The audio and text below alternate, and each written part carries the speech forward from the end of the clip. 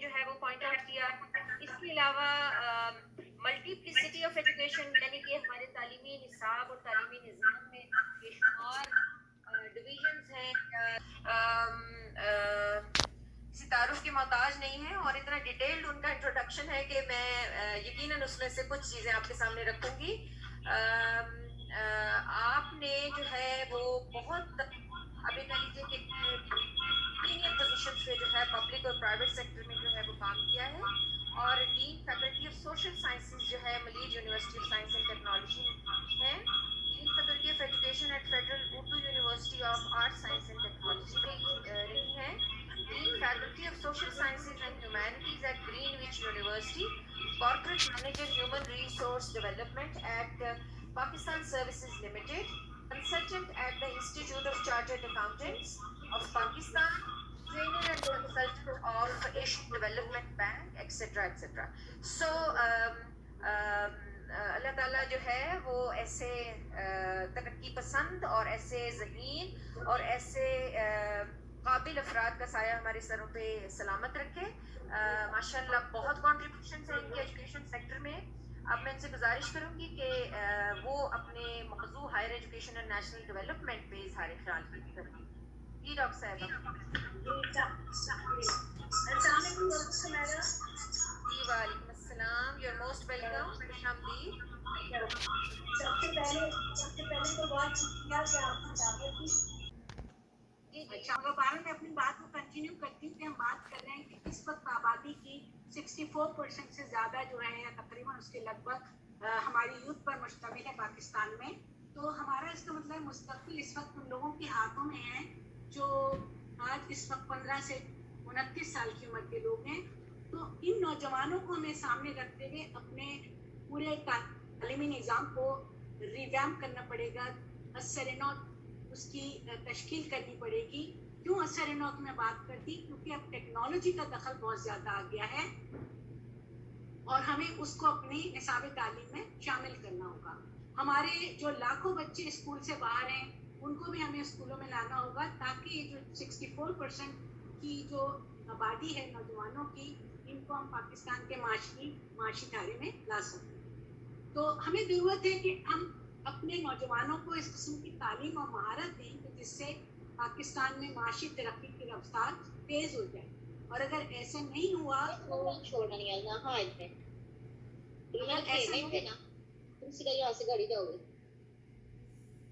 اگر ایسا نہیں ہوا تو ہماری یہ جوان آبادی، جو نوجوانوں کی آبادی، ہو سکتا ہے کہ ملک کے لیے خطرہ بھی بن جائے.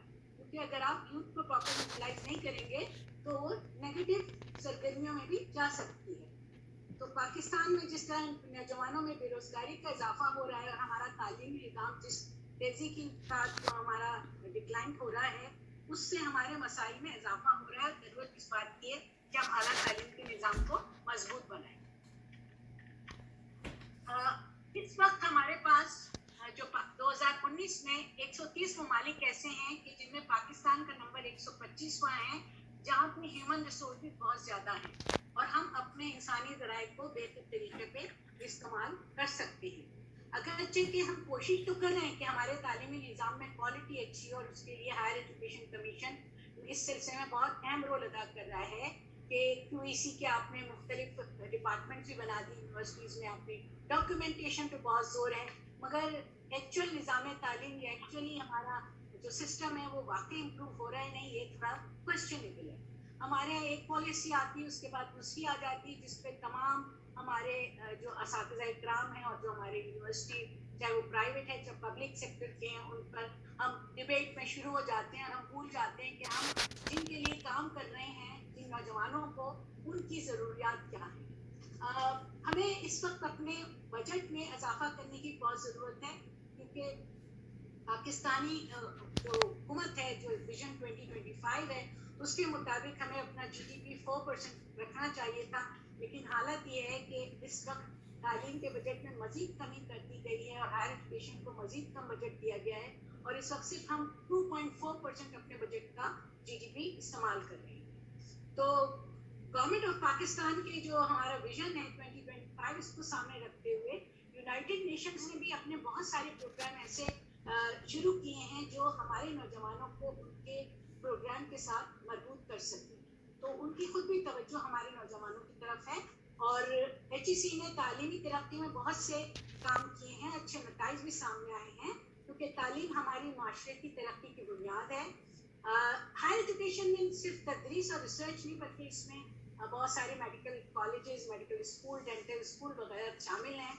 तो हमें इस बात की ज़रूरत है सोचने की कि आज के दौर में जो तब्दीली आ रही है तेज़ी के साथ, जिसको हम कहते हैं ग्लोबलाइजेशन का ज़माना है, जिसको हम कहते हैं कि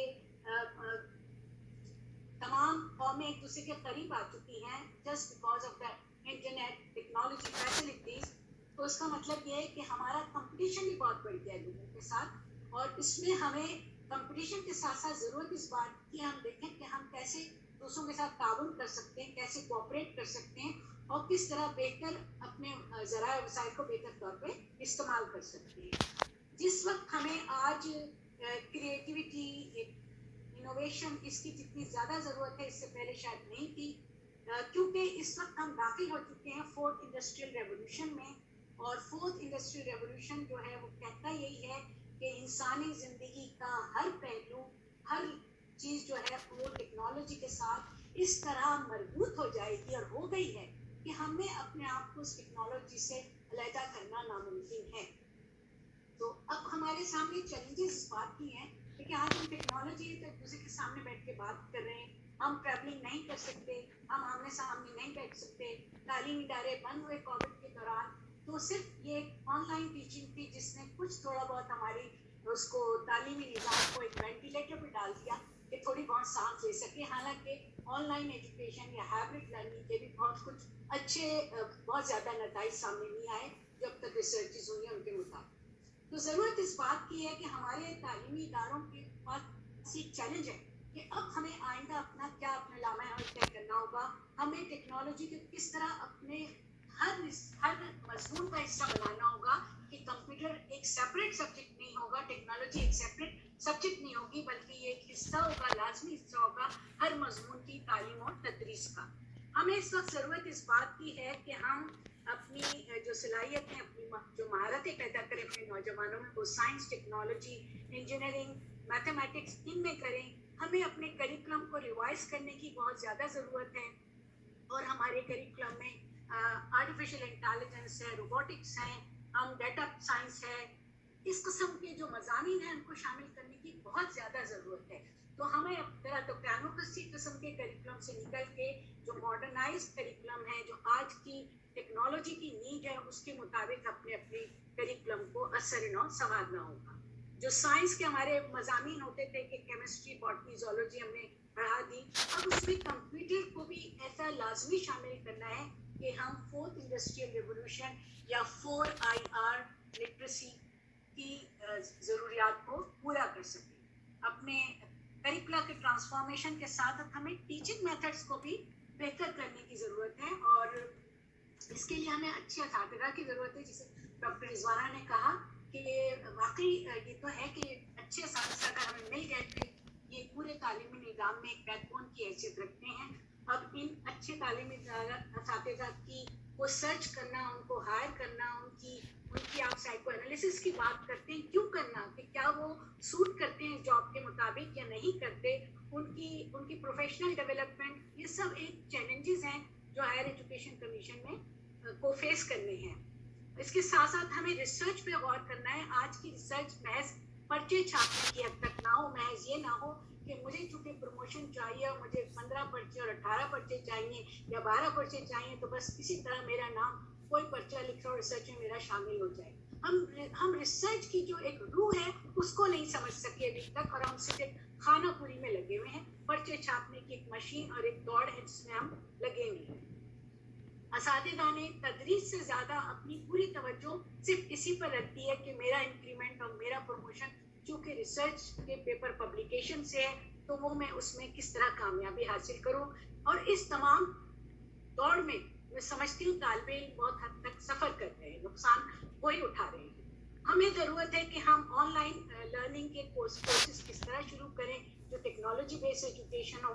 हमें बहुत सारे इस किस्म के मॉडल्स मिल सकते हैं. देखिए जो इंटरनेशनल यूनिवर्सिटीज़ हैं उन्होंने EDX है या कोर्सेरिया है, इसके नाम से ये वेबसाइट्स हैं, ये कोर्सेज ऑफर करती हैं, फ्री कोर्सेज ऑफर करती हैं ऑनलाइन. तो क्या हमने कभी इनके कोर्सेज की लाइन देखी कि किस अंदाज से ये लोग पेश कर रहे हैं, किस तरह वीडियोस बनाते हैं, इसमें किस तरह से क्विज़ेस होते हैं? हमने इन सब चीज़ों को तो स्टडी करने की ज़रूरत ही नहीं थी. बस हमने कहा बस कि ऑनलाइन टीचिंग शुरू हो जाए. हमने अपने असातिज़ा की तरबियत ही नहीं की कि वो किस तरह ऑनलाइन टीचिंग के लिए तैयार हैं. अब तालिब इल्मों को कोई जूम पे पढ़ा रहा है, कोई कहता है जी व्हाट्सएप पे आ जाओ, कोई कहता है गूगल पे आ जाओ. अब तालिब इल्म खुद भी परेशान है कि मैं कौन सी जो ऐप है उसको यूज़ करूँ. तो इन सब चीज़ों में हमने प्रिपरेशन नहीं की. और ये मेरे ख्याल में मैं समझती हूँ क्योंकि ये एक नाकामी था पेंडेमिक कोविड, लेकिन अब भी हमें ज़रूरत इस बात की है कि अब हम प्रिपरेशन करें ताकि हम बेहतर तौर पे हम अपने तालीमी निज़ाम को इंटरनेशनल मेयार के मुताबिक बिल्कुल उनके साथ हमाम करें और अपने तालिबान को इस सब में ला के खड़ा कर दें कि वो फखरिया कह सके कि अगर मैंने पाकिस्तान के निज़ाम तालीम से अपने आप डिग्री हासिल की है तो मेरी अंदर किसी किस्म की कमी नहीं है, मेरी सलाहियतें किसी तरह किसी दूसरे मुल्क के तालिब इल्म से कम नहीं है. तो इन तमाम बातों के साथ बाद मैं कंक्लूड यही करती हूँ कि हमें एंटरप्रेन्योरशिप एजुकेशन की बहुत ज़्यादा ज़रूरत है पाकिस्तान में, क्योंकि हम इतने ज़्यादा रोज़गार फराम करने का मुश्किल है. तो हम नौजवानों को वो स्किल्स फराम करें, वो महारतें फराम करें कि वो अपने छोटे मोटे रोज़गार खुद शुरू करें और दूसरे लोगों को उसमें जॉब देना के खुद जॉब मांगे. एजुकेशन को हमें देखना होगा कि इसमें कौन सी नई अप्रोचेस हम इसमें शामिल कर सकते हैं, क्या हम इसमें इनोवेशन ला सकते हैं, किस तरह अपनी फ्यूचर लर्निंग जो है उसको अपग्रेड कर सकते हैं, हम यूथ की ट्रेनिंग कैसे कर सकते हैं, क्या हम इनकलाबी तब्दीलियाँ ला सकते हैं कि वो इस तेज़ी के साथ बदलती हुई दुनिया में जो है अपना कदम जमा के आगे बढ़ सकें. इंडस्ट्रीज़ के साथ हम कैसे लिंकेज करें कि हमारे तालीमी इदारे उनके मुताबिक जो है मैन पावर या ह्यूमन रिसोर्स को प्रोड्यूस करें, जो हमारा तालिब पढ़ के निकलता है उसको फ़ौरन रोज़गार मिल सके, क्योंकि हम इंडस्ट्री की नीड के मुताबिक अपने तालिब को अगर उसके अंदर सलाहियत पैदा करेंगे तो ये जब कुछ मुमकिन है.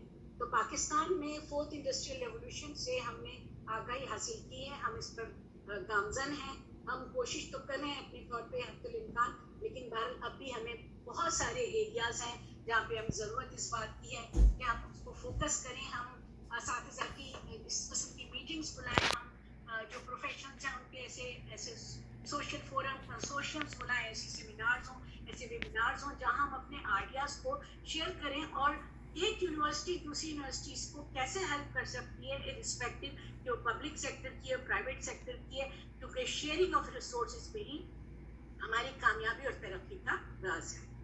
तो मैं समझती हूँ मैं इतने काफ़ी इस सिलसिले में बात कर ली है, क्योंकि हमारी एक थर्ड स्पीकर हैं उनके लिए भी टाइम देना है और आपने कहा था 5:30 तक का टाइम है. तो मेरी तरफ से इन तमाम बातों के साथ ही बहुत शुक्रिया. एक दफ़ा दोबारा इनवाइट करने का, कोई सवाल हो तो मैं हाजिर हूँ. जी डॉक्टर साहबा, माशाल्लाह बहुत मुदल्लल अंदाज में बहुत ही बुनियादी चीज़ें आपने हमारे सामने रखी और यकीनन अगर इनको फॉलो किया जाए तो हम अपने जो तालीमी मसाइल हैं इंटरनेशनली कम्पीट करने के लिए और इन मसाइल के हल की तरफ जाने के लिए आपके मशवरे और आपके ये जो है वो पॉइंट्स जो है वो अगर हम फॉलो करें तो मेरा ख्याल है कि ये हमारे लिए बहुत मददगार होंगे. और सामीन में से अगर कोई सवाल उठाना चाहे तो डॉक्टर साहिबा जवाब देंगी.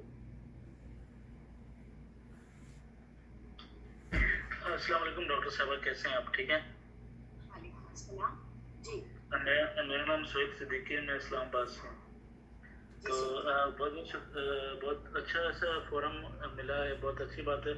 मेरा ख्याल है ऐसे बहुत सारे और होने चाहिए ताकि एक तरह से फीडबैक भी मिले सोसाइटी से, क्योंकि अभी भी मैंने भी बहुत सारे ऐसे सेमिनार्स और वेबिनार्स अटेंड किए हैं, पहले भी बाहर भी इधर भी.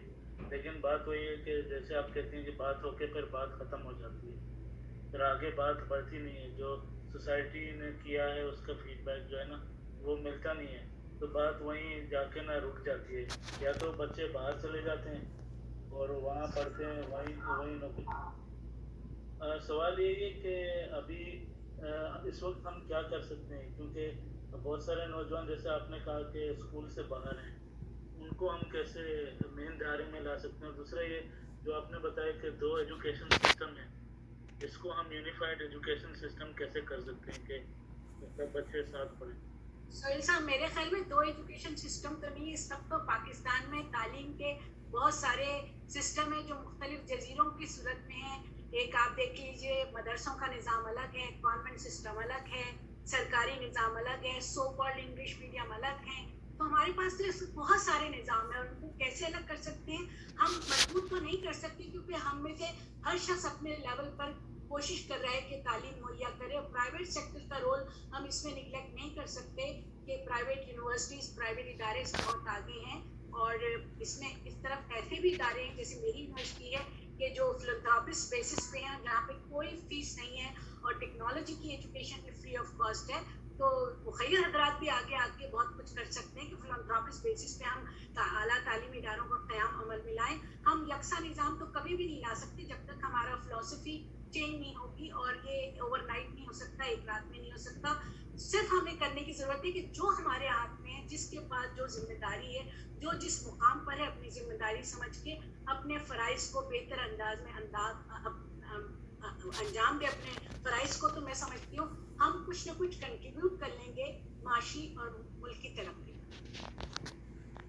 जी बहुत शुक्रिया डॉक्टर साहिबा, और बहुत शुक्रिया। और आपको जो थोड़ी सी नहीं, मैं तो कहूँगी कि 2 दफ़ा ताख़ीर का सामना करना पड़ा, और बहुत ही जो है वो आप कह लें कि हसल सी क्रिएट होगी। तो मैं एक बार फिर तंजीम साज़ा की तरफ से भी और अपनी तरफ से भी खुसूसी तौर पर आपसे माज़रत चाहती हूँ, और जज़ाकिल्लाह खैर। मैं आपकी डॉक्टर साहिबा की गुफ्तगू यकीनन बहुत ही वैल्यूएबल थी, बहुत ही कीमती थी, और उसमें से भी मैंने कुछ पॉइंट्स जो है वो लिख लिए हैं। तो हासिल गुफ्तगू आपके सामने रखती हूँ ताकि चीज़ें जो हैं वो बिल्कुल टिप्स पे आ जाएं। मिसाल के तौर पर डॉक्टर साहिबा ने जो हमारे सामने हायर एजुकेशन और नेशनल डेवलपमेंट के हवाले से जो नुकात रखे, उनमें ये नुकात या ये पिलर्स जो हैं, अगर हम इनको फॉलो करें या इनको हकीकतन बहुत ही इम्पोर्टेंट पिलर समझ लें, तो मेरा ख्याल है कि हमारे गवर्नमेंट के लिए भी और हमारे लिए भी बड़ी आसानी हो जाएगी आगे चलने में। आपने फरमाया कि इंटरनेशनल कंपटीशन में आने के लिए और ठीक तरह से इसमें कम्पीट करने के लिए बेहतर तौर पर तैयार और सरगर्म होने की ज़रूरत है।